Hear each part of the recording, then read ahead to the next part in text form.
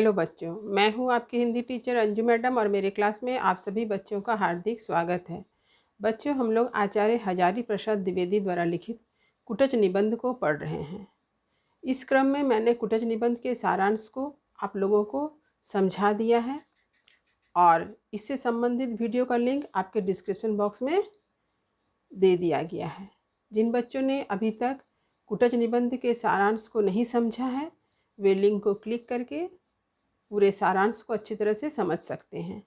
आज मैं इस निबंध के उद्देश्य या समस्या से संबंधित प्रश्न को लेकर आपके समक्ष उपस्थित हूँ। तो उद्देश्य और समस्या से संबंधित क्या प्रश्न परीक्षा में पूछे जा सकते हैं, उसकी आज मैं चर्चा करूँगी। तो सबसे पहले प्रश्न देख लें। कुटज निबंध के माध्यम से लेखक आचार्य हजारी प्रसाद द्विवेदी ने हमें क्या संदेश दिया है, अथवा कुटज निबंध के माध्यम से लेखक आचार्य हजारी प्रसाद द्विवेदी ने किस उद्देश्य की स्थापना की है। तो आज मैं चर्चा कर रही हूँ कुटज निबंध के उद्देश्य या समस्या की। हमेशा की तरह मैं सारी बातों को आपके सामने लिखकर प्रस्तुत कर रही हूँ, क्योंकि मेरा यह मानना है कि पढ़ना जितना ज़रूरी है उतना ही ज़रूरी है लिखना भी। क्योंकि जब आप किसी विषय को बार बार लिखते हैं, बार बार लिखने का अभ्यास करते हैं, तो आप विषय के संबंध में अधिक से अधिक जानकारी प्राप्त करते तो हैं ही, इसके साथ ही साथ शब्दों की वर्तनी से भी आप परिचित होते हैं। आप जब परीक्षा में किसी प्रश्न के उत्तर लिख रहे होते हैं तो आप स्वयं देखेंगे कि आपने अधिक से अधिक शुद्ध शब्द का प्रयोग किया है। तो बिना देर किए आरंभ कर रही हूँ आज का यह विषय। आचार्य हजारी प्रसाद द्विवेदी जी आधुनिक हिंदी साहित्य के गौरव हैं। वे भारतीय साहित्य, संस्कृति, दर्शन के प्रकांड पंडित, गंभीर चिंतक, महान विचारक रहे हैं। तो हजारी प्रसाद द्विवेदी जी के बारे में एक संक्षिप्त परिचय। भारतीय सभ्यता, भारतीय संस्कृति के गंभीर चिंतक, विचारक, प्रकांड पंडित और आधुनिक हिंदी साहित्य के वे गौरव हैं। कुटज निबंध उनके द्वारा लिखा गया एक ललित निबंध है, जिसमें उन्होंने कुटज वृक्ष के बारे में विभिन्न जानकारियों को प्रस्तुत करने के साथ ही उन्होंने जीवन के विविध आयामों, पक्षों पर प्रकाश डाला है। यानी कि कुटज निबंध में द्विवेदी जी ने कुटज के बारे में तो हमें विभिन्न प्रकार की जानकारियाँ दी है, इसके साथ ही साथ जीवन के विभिन्न पहलुओं पर, जीवन के विविध आयामों, पक्षों पर भी उन्होंने प्रकाश डाला है। सर्वप्रथम ये कुटज की उत्पत्ति स्थान का जिक्र करते हैं कि हिमालय पर्वत के नीचे शिवालिक पर्वत श्रृंखला दूर दूर तक फैली हुई है और ऐसे ही नीरस सूखी चट्टानों में यह कुटज का पौधा शान के साथ खड़े दिखते हैं। साथ ही साथ यह पूरी तरह से हरे भरे हैं और फूलों से लदे हैं। तो यहाँ पर उन्होंने जो कहा है कुटज के बारे में कि हिमालय पर्वत के नीचे जो शिवालिक पर्वत श्रृंखला है, वह श्रृंखला कैसी है, नीरस और सूखी है। लेकिन ऐसे सूखे और नीरस चट्टानों में किसका पौधा शान के साथ लहरा रहा है? कुटज का पौधा शान के साथ लहरा रहा है। और ये सिर्फ लहरा ही नहीं रहा है, बल्कि फूल से लदे हुए भी हैं।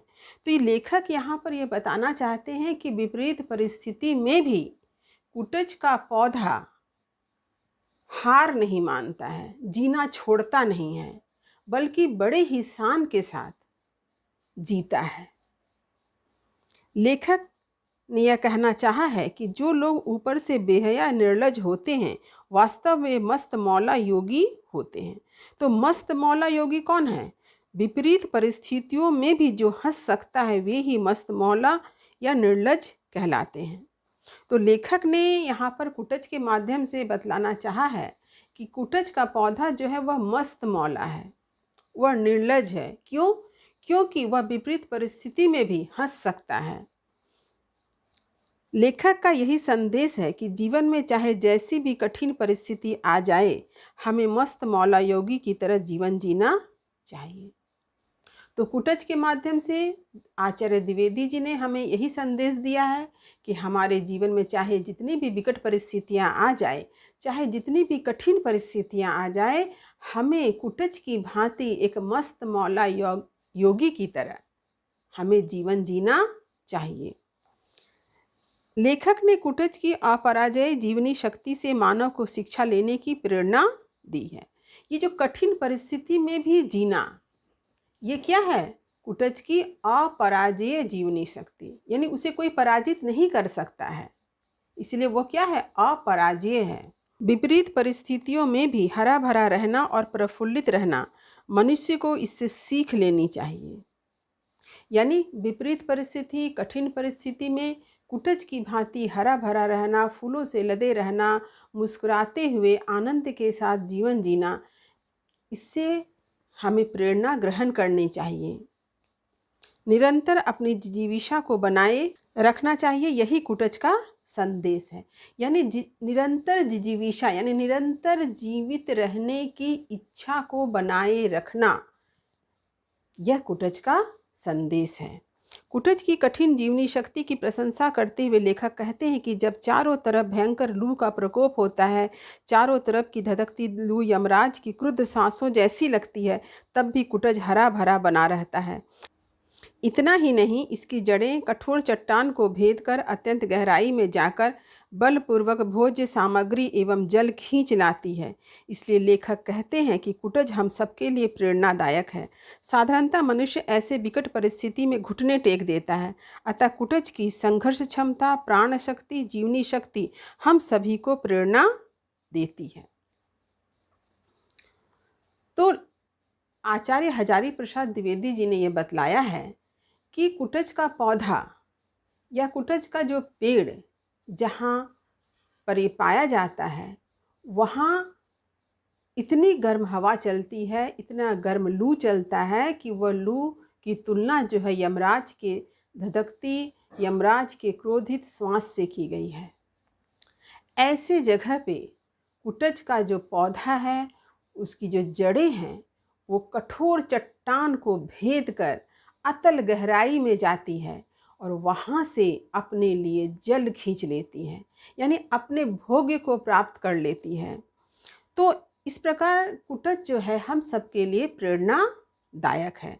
साधारणतः मनुष्य विकट परिस्थितियों में घबरा जाता है, हार मान लेता है, घुटने टेक लेता है, लेकिन कुटज का पौधा हमें यह प्रेरणा देता है कि हम विपरीत परिस्थिति में भी अपने घुटने ना टेकें, बल्कि अपनी संघर्ष क्षमता, अपनी प्राण शक्ति, अपनी जीवंत शक्ति से हम सबको कठिन परिस्थितियों से लड़ने की प्रेरणा देता है।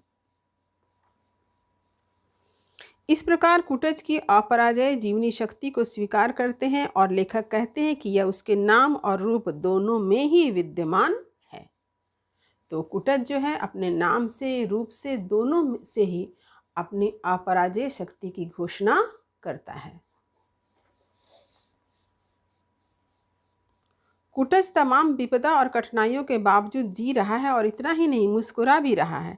लेखक का यह उद्देश्य है कि यदि कोई संसार में एक अच्छा जीवन जीना चाहते हैं तो कुटज से कुछ सीखें।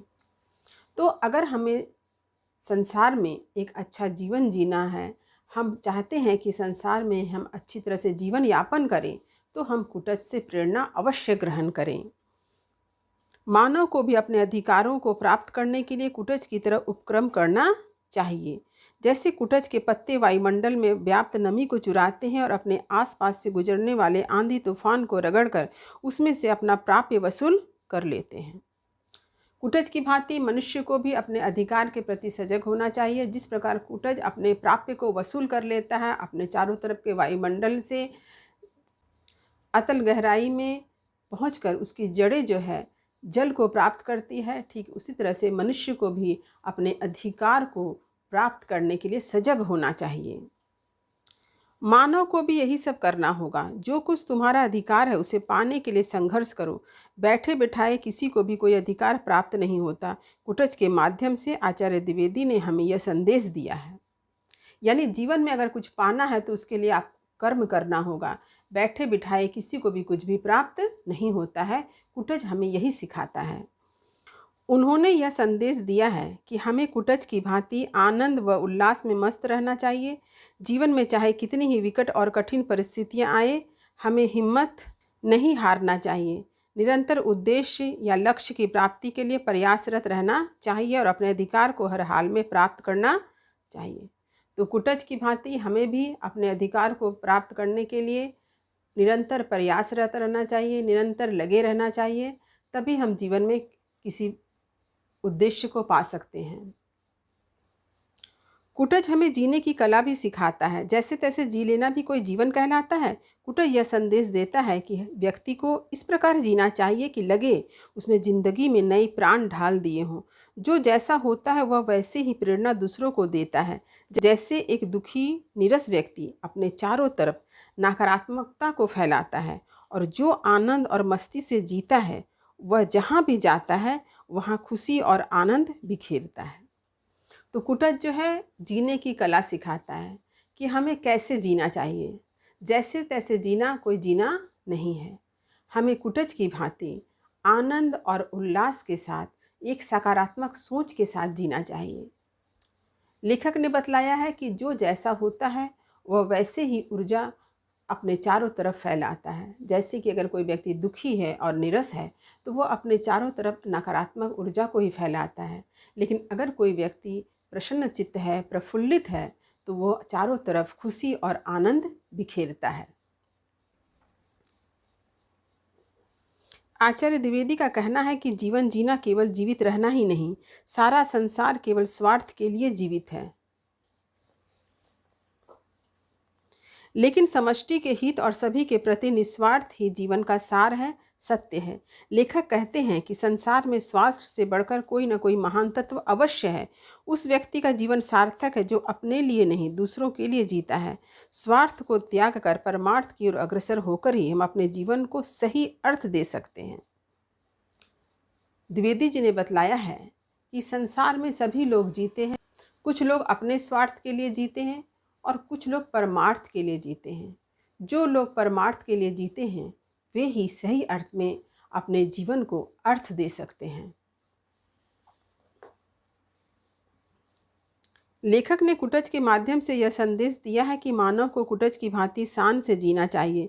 लालच भाव के कारण मनुष्य दूसरों की खुशामद करता है। लोभ लालच के वशीभूत होकर वह अपना आत्मसम्मान खो देता है। लेखक ने हम मनुष्यों को कुटज के माध्यम से यह संदेश दिया है कि हमें कुटज की तरह शान के साथ, स्वाभिमान के साथ जीना चाहिए। लेकिन मनुष्य के अंदर क्या है? लालच भाव है।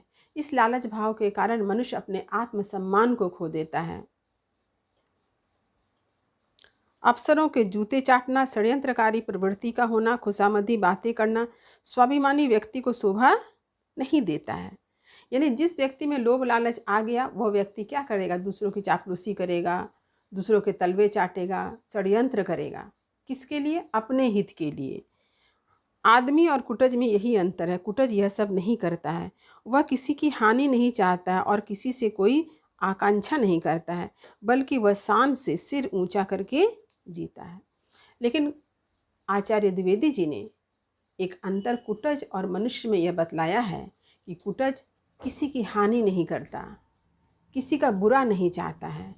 वह शान से, स्वाभिमान के साथ सिर ऊंचा करके जीता है।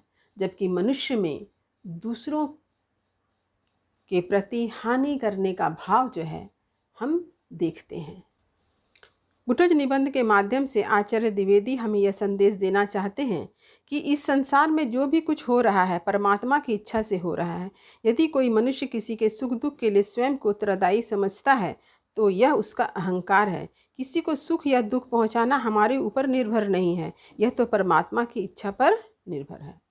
तो कुटज निबंध के माध्यम से आचार्य द्विवेदी जी ने यह भी बतलाया है कि संसार में अगर कोई व्यक्ति, संसार में यदि कोई व्यक्ति यह सोचता है कि सुख और दुख किसी को पहुंचाना उस व्यक्ति पर निर्भर है तो यह उसका अहंकार है। क्योंकि मनुष्य में तो यह क्षमता ही नहीं है। हम संसार में जो भी कार्य कर रहे हैं वो परमात्मा की इच्छा के ऊपर आधारित है। परमात्मा की इच्छा से ही कोई कार्य करते हैं। परमात्मा हम सबसे ऊपर है। आचार्य द्विवेदी जी ने बतलाया है कि दुख और सुख कोई बनी बनाई वस्तु नहीं है, अपितु मन के विकल्प हैं। संसार में वह व्यक्ति सुखी है जिसने अपने मन को वश में किया है। जिसका मन परवश है वह संसार में दुखी है। जिसका मन दूसरों की खुशामद करता है, उनके आगे घिघियाता है, चापलूसी करता है, तरह तरह के झंझटों में फंसता है, इसीलिए वह सदैव दुखी रहता है। इसके साथ ही साथ आचार्य द्विवेदी जी ने यह भी बतलाया है कि सुख और दुख क्या है। सुख दुख कोई वस्तु नहीं है, ये हमारे मन के ही विकल्प हैं। जब हम अपने मन को अपने नियंत्रण में रखते हैं तो हम सुखी होते हैं, लेकिन जब हमारा मन हमारे नियंत्रण के बाहर हो जाता है, हमारा मन दूसरे के वश में होता है, तब हम दुखी होते हैं। क्योंकि हम अपने स्वार्थ के लिए दूसरों के सामने घिघियाते हैं, रोते हैं, गिड़गिड़ाते हैं, चापलूसी करते हैं, खुशामद करते हैं, तरह तरह के झंझटों में फंसते हैं, जिससे हमारा मन क्या होता है, हमेशा दुखी रहता है। कुटज का मन किसी से प्रभावित नहीं है। कुटज की इस विशेषता के प्रति आचार्य द्विवेदी जी श्रद्धा ज्ञापित करते हैं। तो कुटज का मन उसके नियंत्रण में है, इसलिए द्विवेदी जी कुटज को धन्य कह के उसके प्रति श्रद्धा ज्ञापित करते हैं।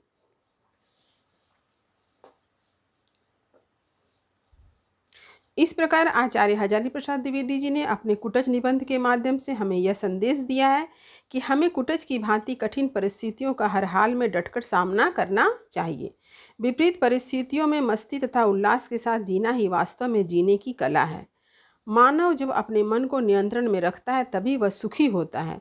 मनुष्य को अपने भीतर कुटज के गुणों को विकसित करना चाहिए, तभी वह शान से जी सकता है। तो इस प्रकार कुटज निबंध के माध्यम से आचार्य हजारी प्रसाद द्विवेदी ने हमें यह संदेश दिया है कि हमें भी कुटज की तरह हर हाल में विपरीत परिस्थितियों का डटकर सामना करना चाहिए। इसके साथ ही साथ हमें कैसे जीना है, हम किस प्रकार से जीवन जिएं, इस पर भी विचार करें। हम आनंद और उल्लास के साथ, प्रफुल्लता के साथ जीवन यापन करें, दूसरों को भी जीने की प्रेरणा दें। इसके साथ ही साथ अपने मन पर नियंत्रण रखना हम सब के लिए अत्यंत आवश्यक है। परवश होकर हम सिर्फ दुख ही हासिल कर सकते हैं। तो इस प्रकार आचार्य हजारी प्रसाद द्विवेदी जी ने कुटज निबंध के माध्यम से हमें जीने की कला, हमें कैसे जीवन यापन करना चाहिए, इसका संदेश दिया है। और आचार्य हजारी प्रसाद द्विवेदी जी का यही उद्देश्य भी है। तो उम्मीद करती हूँ आपको कुटज निबंध का उद्देश्य या हजारी प्रसाद द्विवेदी जी का संदेश आपको भली भांति समझ में आ गया होगा।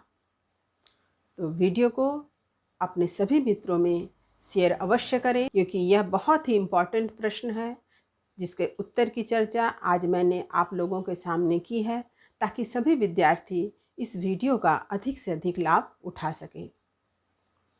जो बच्चे चैनल पर नए हैं वे चैनल को सब्सक्राइब करना ना भूलें, ताकि हर नई वीडियो का लाभ उन्हें तुरंत से तुरंत मिल सके। तब तक पढ़ते रहिए, जीवन में आगे बढ़ते रहिए। मेरी शुभकामनाएं आप सभी बच्चों के साथ है। धन्यवाद।